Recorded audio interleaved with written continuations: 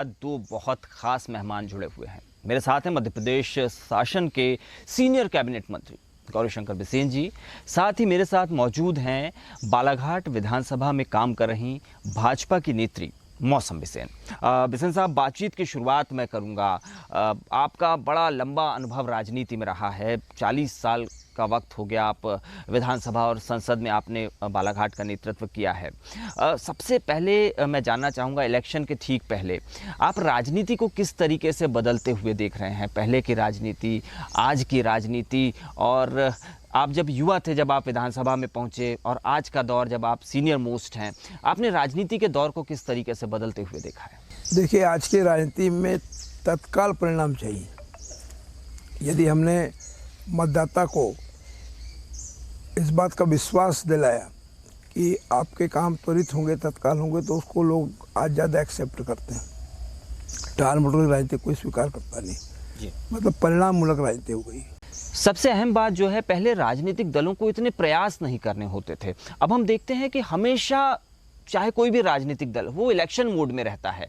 हमेशा जनता के बीच जाने की चुनौती होती है, और हमेशा एक तरीके से योजनाओं का अंबार भी लगा रहता है, और ऐसा बहुत कुछ होता है जो पहले देखने में नहीं आता था। देखिए, आज़ादी के 75 वर्ष हो चुके और देश तेज गति से विकास की ओर अग्रसर है।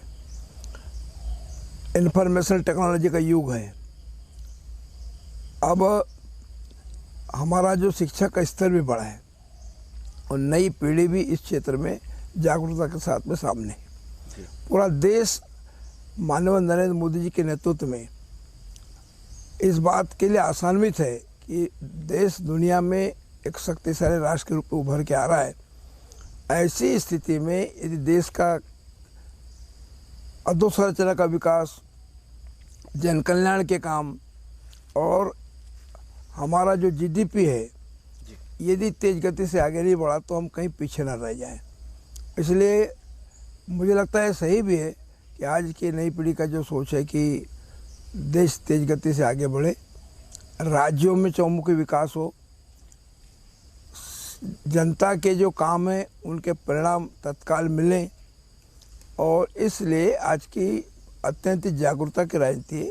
जो काम करेगा, जो परिणाम देगा, जो विश्वास अर्जित करेगा, वही आज के समय में टिक सकेगा। इलेक्शन एक बहुत मुश्किल चीज़ होती है। माना जाता है कि सबसे मुश्किल टास्क इलेक्शन जीतना और जीतना। लोगों को एक बार एमएलए बनने में ही बड़ी दिक्कत आती है। वो जो पैरामीटर्स है जनता के, उसमें वो परेशान हो जाते हैं। आपके पास ऐसा कौन सा नुस्खा है जो आप 7 बार विधानसभा चुनाव जीत चुके हैं, 2 बार लोकसभा चुनाव जीत चुके हैं? कैसे बिसेन साहब? विकास के काम तो चलते ही हैं, वो होने भी चाहिए, लेकिन अकेले विकास के काम से काम नहीं चलेगा। लगातार जीत के आना है तो आपको पूरे समय, पूरे वर्ष भर जनता के हित के लिए, उसके दुख में, सुख में उनके मध्य रहना होगा।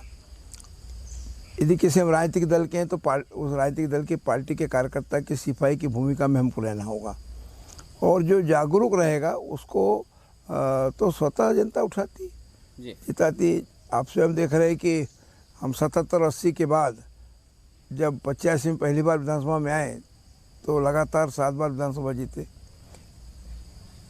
91-96 में अप्राय कारणों से हारने के बाद 98-2004 में लोकसभा जीते।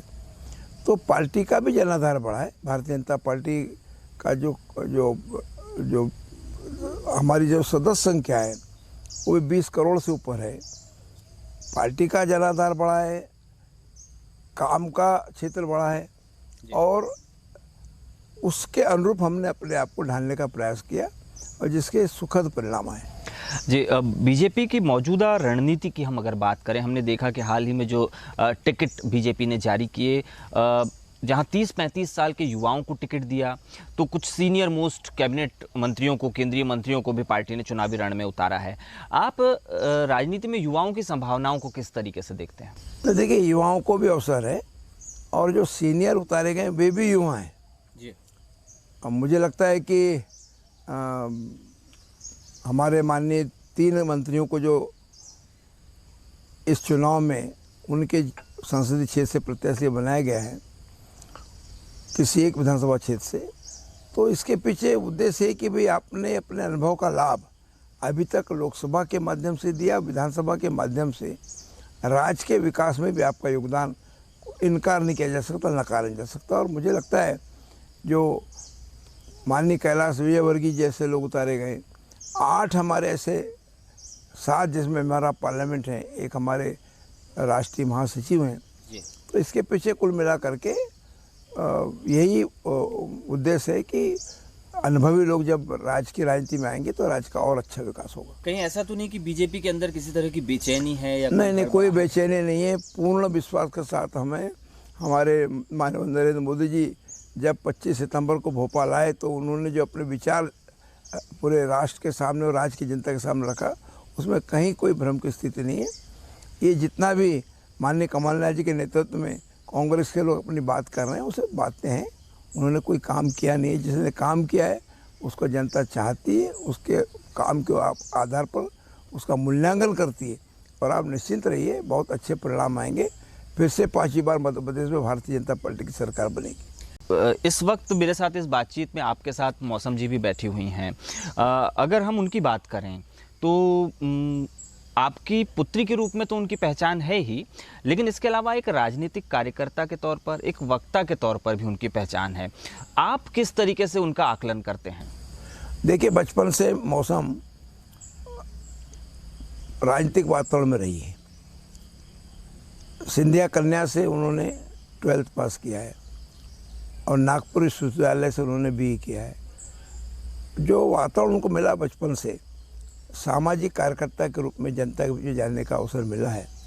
और इसलिए मुझे लगता है कि भारतीय जनता पार्टी ने 2014 में उन्हें लोकसभा का प्रत्याशी बनाने का निर्णय ले चुका था। अपराय कारणों से उन्हें प्रत्याशी नहीं बनाया, लेकिन हमने आग्रह किया है कि अब की बार जो विधानसभा के चुनाव भी सामने हैं, इसमें मौसम को पार्टी यदि प्रत्याशी बनाती तो उचित होगा। बालाघाट विधानसभा की एक स्पेसिफिक मैं आपसे सवाल पूछ लेता हूं। हालांकि आप पर बड़ी जिम्मेदारी है, आप पे अन्य विधानसभाओं का भी जिम्मा है, लेकिन बालाघाट विधानसभा में इस बार मुद्दा क्या होगा? हमारा पूरे राज्य में मुद्दा है कि राज्य का समग्र विकास और जन कल्याण। आज जन कल्याण में महिला सशक्तिकरण की दिशा में जो हमारी सरकार काम कर रही है, उससे न केवल बालाघाट बल्कि पूरे प्रदेश के 230 विधानसभा क्षेत्र प्रभावित है और लाभान्वित है। बालाघाट में 3 रेलवे क्रॉसिंग ओवरब्रिज बन रहे हैं। बालाघाट में मेडिकल कॉलेज की आधारशिला रखने 2 तारीख को माननीय मुख्यमंत्री जी आ रहे हैं। तो मैंने कहा कि और बहुत से बातें, समय अभाव में उतनी चर्चा करना उचित नहीं है। जो हमने निर्माण कार्य विकास का काम किया है वो हमारा एजेंडा है और उसको जनता का आशीर्वाद भी मिल रहा है। और जो जन कल्याण के हम काम कर रहे हैं, व्यापारी बंधुओं के लिए सभी क्षेत्रों में जो हम काम कर रहे हैं, उस आधार पर न केवल बालाघाट बल्कि बालाघाट संसदीय क्षेत्र की 8 सीटें भारतीय जनता पार्टी के पक्ष में आएंगी। मौसम जी, मैं आपकी तरफ आता हूँ। महिला रिजर्वेशन बिल की दिशा में बीजेपी बढ़ चुकी है। इसके अलावा लाडली बहनों के लिए भी मध्य प्रदेश सरकार काम कर रही है। इन सब के बीच में आप भी एक महिला नेत्री के तौर पर काम कर रही हैं। हम क्या संभावनाएं देखें? क्या आप इस बार चुनावी रण में जोर आजमाइश की तैयारी में हैं? देखिए, सबसे पहले तो ये हम सब भारतवासियों के लिए बड़े सौभाग्य की बात है कि लगभग 27 वर्षों से लंबित जो महिला बिल था, जिसे नारी शक्ति वंदन अधिनियम के नाम से माननीय मोदी जी की सरकार में पारित हुआ है, ये प्रत्येक भारत की महिला के लिए एक अच्छे सौभाग्य की बात है। क्योंकि वर्षों से नारी सशक्तिकरण की तो बात होती थी, लेकिन आज भी हम 21वीं सदी में भी नारी की सहभागिता, पार्टिसिपेशन अगर हम देखते हैं लोकतंत्र में, तो वर्तमान समय में हम देश के परिदृश्य को देखते हैं तो महज 81 महिलाएं हमारी लोकसभा में प्रतिनिधित्व करती है। और राज्यसभा में विभिन्न राज्यों की राज्यसभाओं को देखें तो जिसका एवरेज आता है 15%, और पूरे वैश्विक स्तर पर हम देखें तो फीमेल रिप्रेजेंटेशन 25%। लेकिन यह नारी शक्ति वंदन अधिनियम के माध्यम से जो 33% आरक्षण है, ये न केवल भारत की मातृशक्ति अपितु पूरे देश के लिए, पूरी दुनिया के लिए संदेश है कि जो नारी वाकई हक रखती है, 50% आबादी उनका सही अर्थों में हक मिला है। चूँकि जब मैं बात मध्य प्रदेश की करती हूँ तो नगरीय निकाय और पंचायत में पहले से ही माननीय मुख्यमंत्री जी के द्वारा 50% आरक्षण दिया गया है। ये हम सब मध्य प्रदेश वासियों के लिए अच्छी बात है।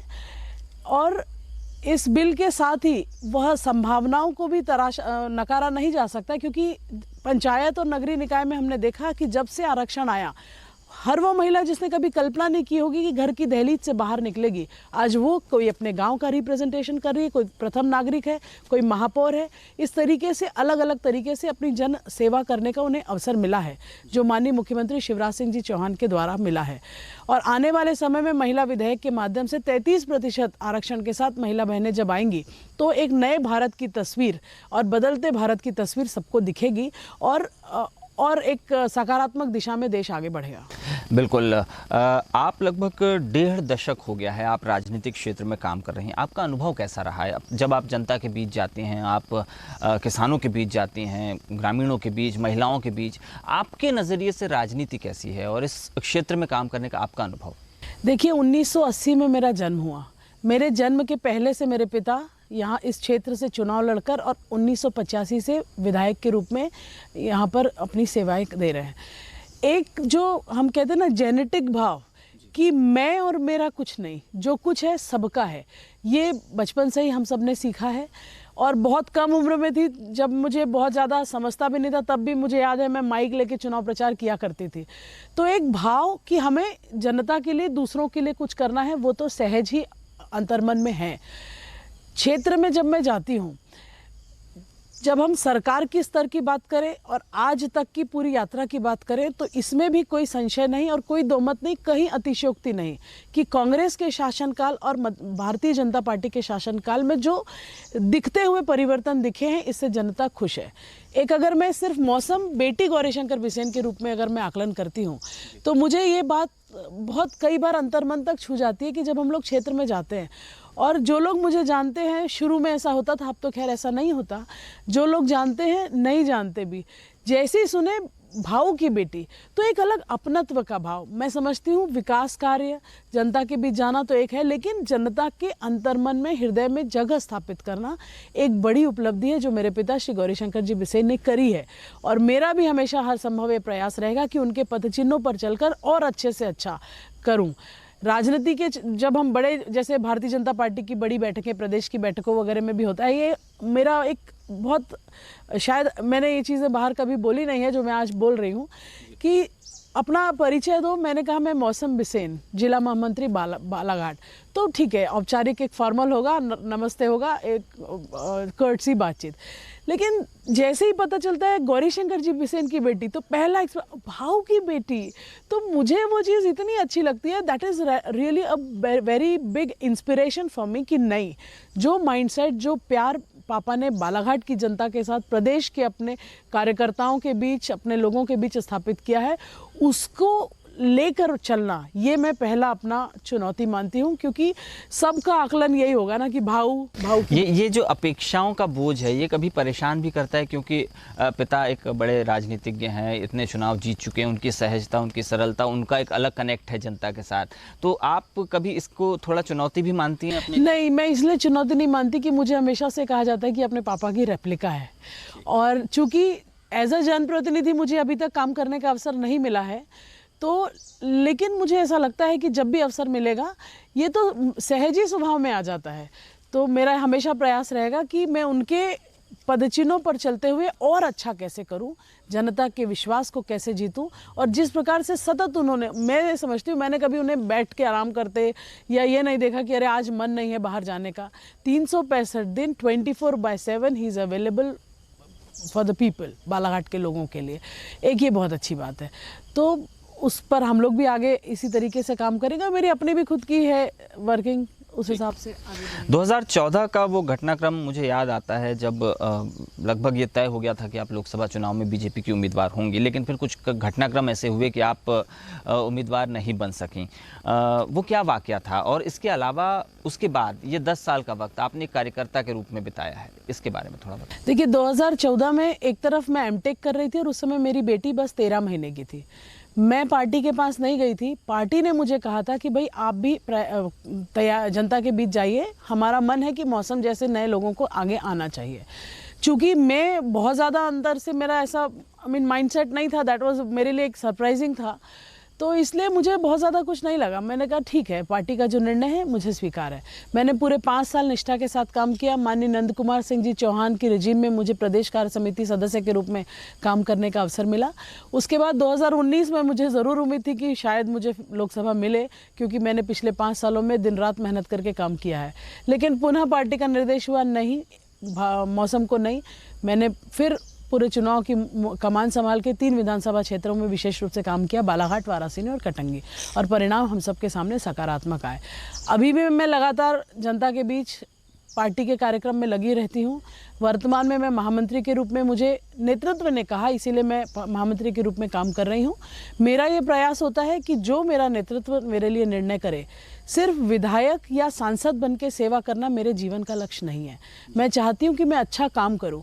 चूँकि जिस राजनीति की बात आप कर रहे हैं कि आप किस रूप में देखती हैं, मैं मानती हूँ कि सेवा का एक बहुत सशक्त माध्यम राजनीति है। चूँकि जब हम पावर में रहते हैं, पद पे रहते हैं, तो और अच्छे से चीज़ों की मदद कर सकते हैं, इसलिए विधायक सांसद की ओर मन जाता है। अदरवाइज सिर्फ ये कि नहीं मुझे बनना ही है, ये मेरे जीवन का लक्ष्य नहीं है। मैं अच्छा काम मेरे पिता ने वर्षों से किया है, मैं भी उन कामों के साथ और अच्छा बालाघाट क्षेत्र के लिए कर सकूंगी, तो मुझे लगता है मैं अपने जीवन को सफल पाऊंगी। हम विधानसभा चुनाव की दहलीज पर इस वक्त खड़े हैं और एक तरीके से कांग्रेस हो या बीजेपी हो, वो चुनाव प्रचार में उतर चुके हैं। जन आशीर्वाद यात्रा निकली बीजेपी की, उसके बाद अब कांग्रेस जन आक्रोश यात्रा निकाल रही है। आरोप लगा रही है कि बीजेपी सरकार ने अच्छे काम नहीं किए। लेकिन आप 2 दशक से सत्ता में हैं, आप किस तरीके से अपनी सरकार की उपलब्धियों को देखते हैं और बदलाव की दिशा में आपने जो कदम उठाए वो कितने कारगर साबित हुए? भारतीय जनता पार्टी चुनाव की पूरी तैयारी में है, जहां एक और सरकार की जन कल्याणकारी योजनाएं, जिससे शायद ही ऐसा कोई घर परिवार होगा जो किसी न किसी रूप में सरकार की योजनाओं से लाभान्वित न हुआ हो। माननीय मुख्यमंत्री शिवराज सिंह जी चौहान ने जिस प्रकार से जन कल्याणकारी योजनाएं, विशेष रूप से माताओं के लिए जो काम किया, हम देखते हैं कि महिला बहनें आज, जिसने कभी दहलीज पार नहीं की थी, कोई आजीविका मिशन से जुड़ी हैं, कोई अलग अलग अपने स्वरोजगार के काम कर रही है। आज महिलाएं भी आत्मनिर्भर हो रही हैं और साथ में बेटियां भी आगे बढ़ रही है। और हमने देखा इंफ्रास्ट्रक्चर डेवलपमेंट के काम, सिंचाई का रकबा बढ़ा है, सड़कों का जाल बिछा है, क्योंकि 2003 के पहले का मध्य प्रदेश आप और हम अच्छी तरीके से जानते हैं। और 2003 से अभी 2023 तक जिस प्रकार से मध्य प्रदेश में काम हुए, और इसीलिए भारतीय जनता पार्टी की सरकार जन आशीर्वाद यात्रा निकालती है। हमने देखा पिछले 4 बार से भारतीय जनता पार्टी की सरकार है। कांग्रेस को मैं नहीं समझती किसी प्रकार का यात्रा या आशीर्वाद की ज़रूरत है, क्योंकि वाकई उनका जो उन्होंने एक टैगलाइन दी, जन आक्रोश, जन आक्रोश तो है। 15 महीने की शासनकाल को अभी भी लोग नहीं भूले हैं। जिस प्रकार से कर्ज माफ़ी से उन्होंने लोगों को गुमराह किया, अलग अलग तरीके से आज उन जन आक्रोश के माध्यम से वो जनता के बीच ज़रूर जा रहे हैं, लेकिन जनता उनके जो 15 महीने के कार्यकाल से वाकिफ़ रही है, और इसीलिए इस बार जनता पूरी तरीके से तैयार है। मैं पिछले लगभग 2 महीने से लगातार जनता के बीच में बनी हुई हूँ। मुझे ये कहते हुए बिल्कुल भी संकोच नहीं है कि महिला बहनें तो एक तरफा अपने भाई शिवराज जी के पक्ष में खड़ी है। चहक उठती है, कहीं भी जाओ, मैं तो जाती हूँ बिना खबर दिए चली गई, अचानक झुंड के झुंड महिलाओं के निकल आते। कल ही रात में लगभग 9 बजे मैं अमेड़ा गांव है बरवेली मंडल में, वहाँ मैं गई, किसी को पता नहीं था मैं आने वाली हूँ। अचानक से 100-500 महिलाएं वहाँ खड़ी हो गई। मैंने कहा, सबसे जब मैं बात करती हूँ उनसे कहती हूँ कि आपको सरकार की योजनाओं से क्या आप खुश हैं, तो सब बहुत ज़्यादा। और लाडली बहना तो एक भूतो न भविष्यंति योजना है, जिसने महिला बहनों की ज़िंदगी में एक नया सवेरा लाया है। और मैं समझती हूँ इस बार जो 2023 के चुनाव में लाडली बहना बहुत विशेष रोल अदा करने वाली है अपने भाई शिवराज जी के लिए। बिल्कुल। बालाघाट विधानसभा में हम ये मानते हैं कि आप उम्मीदवार के तौर पर सामने आ सकती हैं। आप अपनी दावेदारी को किस तरीके से देखती हैं? मैं पिछले कई वर्षों से भारतीय जनता पार्टी के कार्यकर्ता के रूप में काम कर रही हूँ। ये मेरा सौभाग्य है कि मैं गौरीशंकर जी बिसेन की बेटी हूँ, लेकिन पार्टी की कार्यकर्ता भी हूँ। मेरे नेतृत्व से, संगठन के प्रमुख से, सभी से यही कहना है कि अगर जनता मुझ पर विश्वास रखती है, कार्यकर्ता के मन में मुझे लेकर उम्मीद है, और सर्वे में अगर सारी दृष्टि से मेरे प्रति सहमति बनती है, तो मुझे मेरा नेतृत्व अवसर देगा, और मैं जो मेरा नेतृत्व तय करेगा उस निर्णय को सहर्ष स्वीकार करूँगी। इस बातचीत में हमने गौरीशंकर बिसेन जी और मौसम जी से बातचीत की, हमने समझने की कोशिश की कि राजनीति में वो किस तरीके से आगे बढ़ रहे हैं। चूँकि इलेक्शन का वक्त है और मौसम जी लगातार क्षेत्र में सक्रिय हैं, बालाघाट विधानसभा को लेकर उनकी अपनी तैयारी भी है। 1985 से 2023 यानी 38 वर्ष का समय हो चुका है। यहाँ का प्रतिनिधित्व गौरीशंकर जी कर रहे हैं। अब उसके बाद मौसम जी भी आगे की अपनी राह देख रही हैं।